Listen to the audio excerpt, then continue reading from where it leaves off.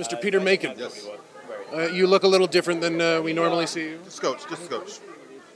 How does it feel to be out of makeup versus in the makeup? I feel like I got let loose. like they messed up and they forgot to lock the gate. They let me out.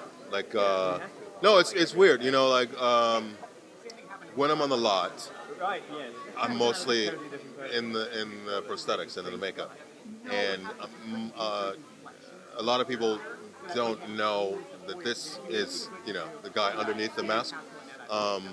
So it feels liberating, but I like the mask. I like, you know, because it's not a mask, it's a makeup. But yeah, I feel a little bit like undercover, like I'm in disguise. You know, I feel like someone's gonna come and pull my coattail in a minute and put me back in the chair. So I'm, you know, but it's interesting, you know. In that, like, you know, the billboards and the buses and stuff like that, you know, my face is completely, you know, so I have anonymity, which is awesome, but it's freeing, you know. I can actually rotate my neck and I can do this, you know. I can't do all that, but it feels good. It feels good, but it feels a little naked, you know, like, you know, you take the dog to the groomer and you know, shave them all down and it's cold. That's kind of how I feel. I feel naked. But it's nice that you have Chad to kind of bounce off of and have the simpatico like we both have. Yeah, I mean, it's, you know, it's like you go to the dog park and there's a Great Dane and, you know, and it's, hey, there's another Great Dane. That's awesome. I don't feel so oafish, you know. So it's great to play off of that, you know, in the world of everyone else and all these other aliens that are walking around. If somebody looks like me, it's good. No, but, you know, it's such a weird thing. I forget that it's on. That's what's crazy. And I go to the bathroom or something, and I scare people. I'm like, "What's wrong?" It's right. I forget. My bad. And that's just how good. That's how good it is. The makeup is. I don't feel it. And like it just, you know. So it's largely by reactions with other people that I'm like, right. Yeah, this all the stuff is on. So yeah, it's great to have Chad there, and like our storyline's developing, and you know, and then there's episodes where there's lots of other Mocklins. There's an episode that's coming up where we go back to Mockless, and yeah, so I mean, it's all groovy, man. It's a good time. Have you gotten to meet Michael Dorn yet and talk makeup chair? No, because I've been sequestered to like the Crazy Man makeup chair, like back there. But I know he's around. Yeah. That's all I'm going to say about that. I've seen that Robert Picardo's back this season. Have you?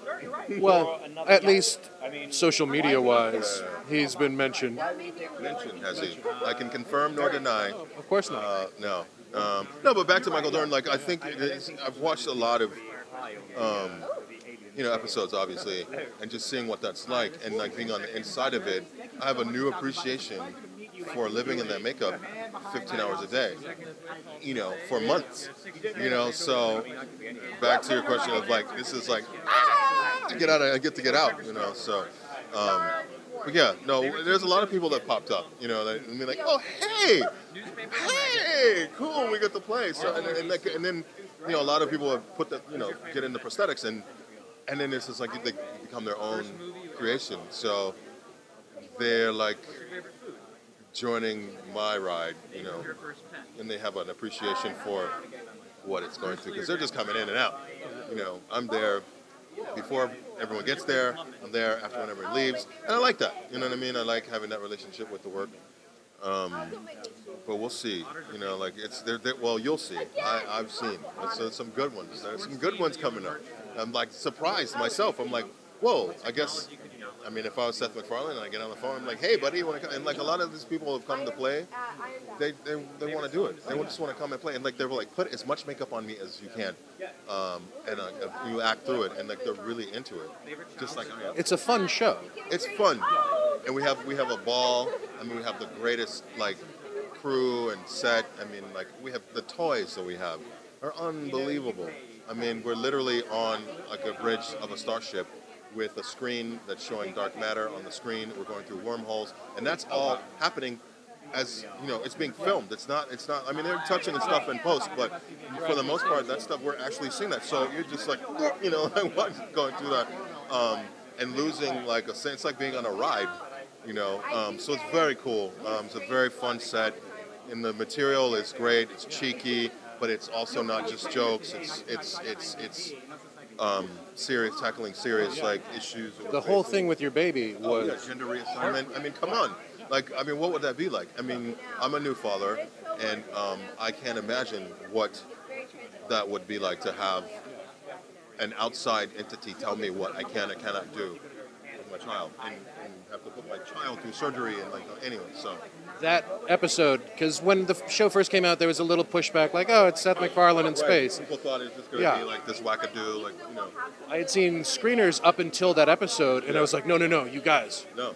Once you get to episode 5, whoa. Yeah, it gets heavy, you know, and as I said, and I'll say this again over and over again, my clown professor from, I went to the Yale School of Drama, my clown professor, Chris Bays, he said, without the possibility of tragedy, comedy can't exist. So, and it's a great, I mean, and that's where the funny stuff is. It's like when you're just like, I don't know if I should laugh at this, or man, that's really funny, but it's also really effed up, and that's kind of more the comment on the human condition, so, or just the condition of being alive.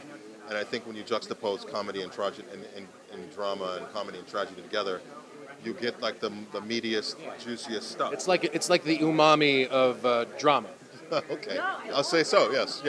The commedia, it's the foundation of the dichotomy of the two, right? So, but with that episode, yeah, it's aliens and, you know, different worlds, but it's serious, you know. Like, I mean, particularly now. And I think what was going on with their like court battles about gender labeled bathrooms. Okay, that's so 100 years ago. Like, why are we doing this now? But it is touching on that nerve of like how we identify, you know, or how we choose to, you know, conform or not conform, or what these conformities, these norms are about. So for a show that's, you know, from, you know, Seth MacFarlane and everyone, like funny guy, to get into, I think it upends people's expectations of what the work is about. You know what I mean? And like I think we're kind of nudging ourselves into a nice little place that balances comedy and tragedy, or comedy and drama. I can't wait for season 2. Oh man, hang on to your butts. I'm telling you, like appreciate you. All right. Thank you, Pete. All right.